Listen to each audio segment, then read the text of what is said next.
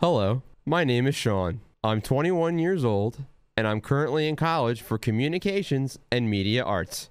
And this is my mother, Bridget. You can just call her Mrs. K. My mother has dedicated the last 5 years of her life to man's best friend, dogs. What led my mother to love dogs so much?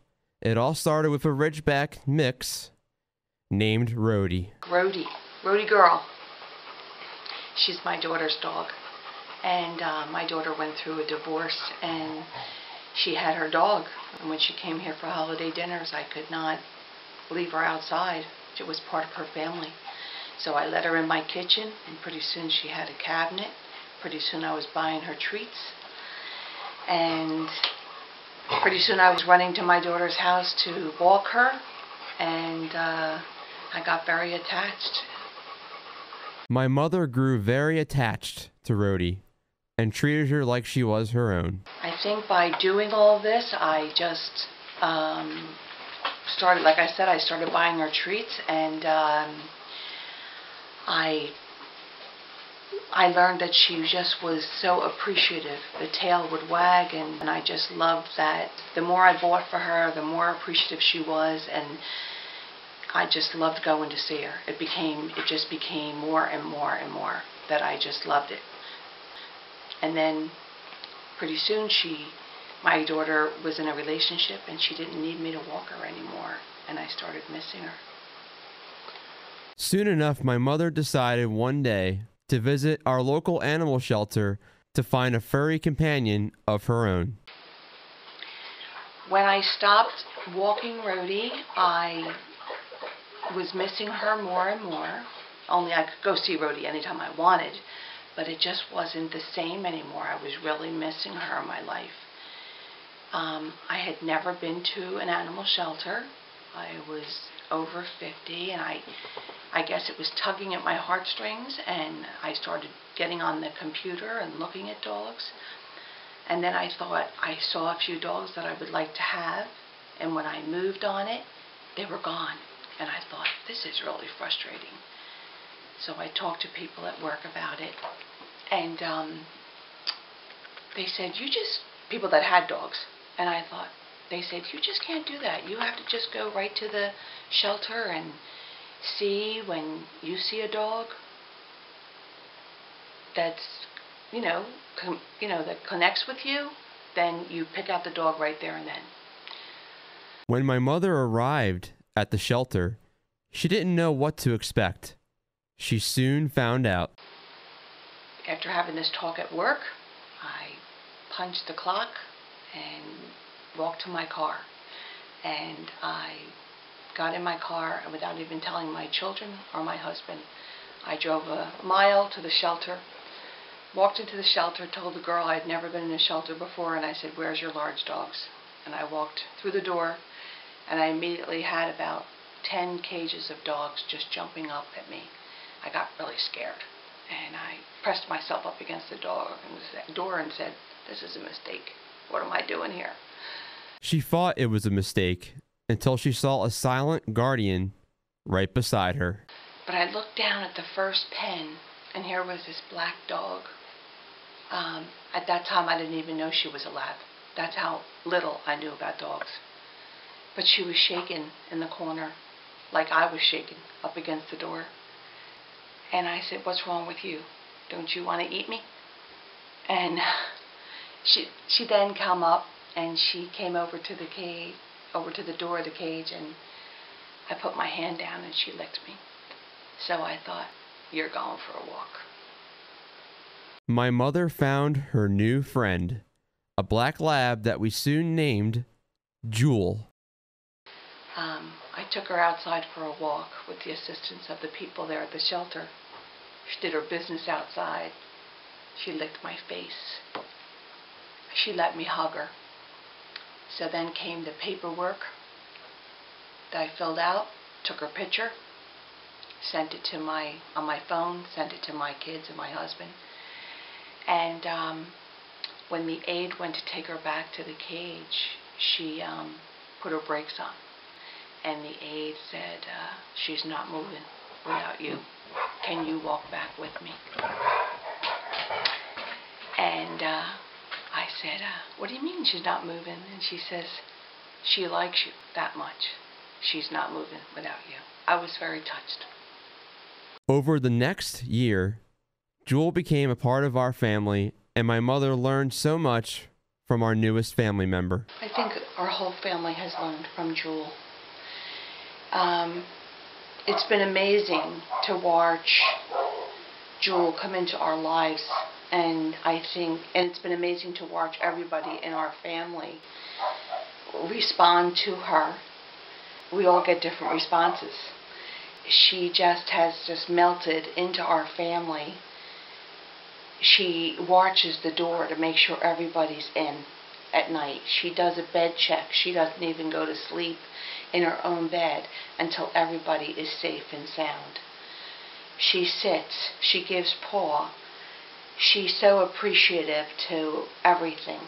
When I got her, she was 49 pounds. You could see her ribs. Now she's 80 pounds. She has just been a great, great dog. If my husband takes her to the Wawa, she sits up at attention in that car and watches him go in, and her eyes don't come off that door to watch him come out. She knows that she belongs here and she belongs to this family, and she would do anything to protect us. But yet she's kind and gentle at the same time. It was just like God sent me to go find her. Amazing.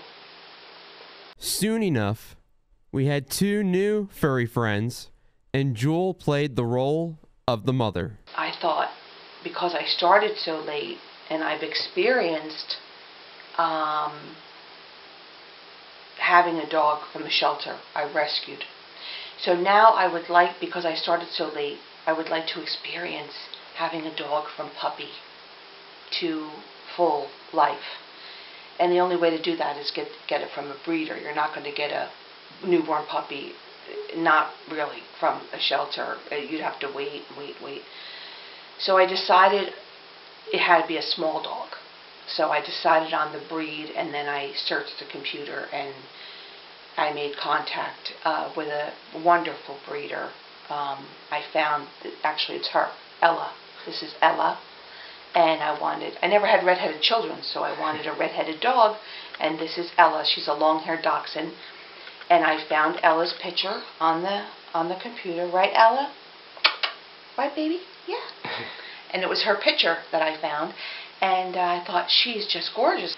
I noticed that Ella's sister was left behind out of the litter, and all I could think of was, I have 9 sisters, and I can't imagine me being separated from one of my sisters.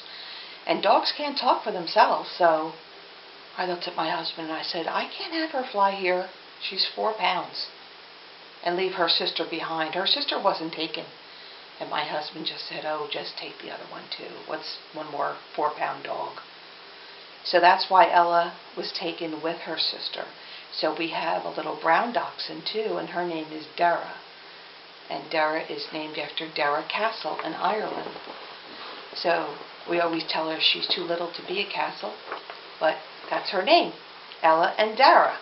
Both these little dogs are very attached to Jewel. Jewel took these little dogs under her wing. She kind of thought, I think, that they were her babies, and they've taken to Jewel and think that Jewel is their mama. With the additions of Jewel, Ella, and Dara, my mother helps many other dogs in their journey of life. Well, I feel that ever since I entered a shelter, as you can see, I took the first dog in the first pen, and there was all these other dogs in other pens. You can't take them all home, okay? You can't save them all. So you have to find a way that you can afford and the way you can help. Everybody can help in another way, and you have to find which way is better for you. So what I do is I cut coupons, dog coupons for treats and food, and with any extra money I have in a month, I'll go and buy the food, buy the treats, put the grocery bags in my car, and I might, depending on how much I get, if I go to 2 shelters or 1 shelter, and I'll drop those extra things off. It doesn't have to be food or treats. Sometimes it could be cleaning products, brooms, mops, buckets from the dollar store you can even get. Toys from the dollar store, okay? And you drop it off at the shelter. But don't just go in and drop it off. Sometimes those dogs only see the volunteers for a walk. Sometimes they don't see anybody. And a dog needs interaction. If it's going to go into a home, it needs to have interaction with people. So if you're going to take the time to drop off the food or the stuff that you're donating, go to each cage and talk to the dog and say hello. I said, because the more interaction a dog has, the better it's going to be for a home. As my mother helps dogs now, she has a plan to help older dogs in the near future. I thought about this because a dog's life is so short. And I don't call it a life, I call it a journey. Because a dog never knows where they're going to end up. A dog doesn't know whether they're going to have a life with a family, whether they're going to wind up in the shelter 3 or 4 times, whether they're going to be with 3 different families. So that's why I don't call it a life, I call it a journey. And I dread the day that I lose my animals, but I do know that it does come to an end. And because I started so late, I know that when my dogs pass, I'll still have the love for an animal. But I cannot promise that I'll have my health 100% to take care of a dog for 15 years. So I think that if I'm able, I would go to the shelter and I would look over the dogs and take the oldest dog there, the oldest dog, the dog with the grayest muzzle who doesn't have too much time left. They should not be on a cement floor. I call it taking the dog off the cement when you take a dog from a shelter. Let's get that dog off the cement. So I would take that dog home and give it the fluffiest bed, the best food that the dog wants, and all the love. Take its picture and just let it have the best life it could have the rest of its days, because it deserves that. My mother and I leave you with this poem. It's a place where many other dog lovers and myself believe my mother is destined to belong. Recently I had somebody contact me, and who knows what I do for dogs, and she said, you know, I just want you to know that when you pass on, when you get to the Rainbow Bridge, there's going to be dogs there that are going to bow to you. And I did not know what the Rainbow Bridge is.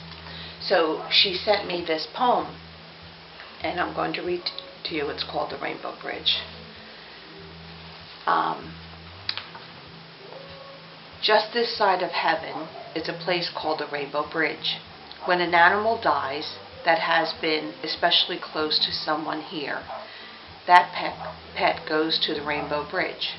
There are meadows and hills for all of our special friends so they can run and play together. There is plenty of food, water, and sunshine, and our friends are warm and comfortable.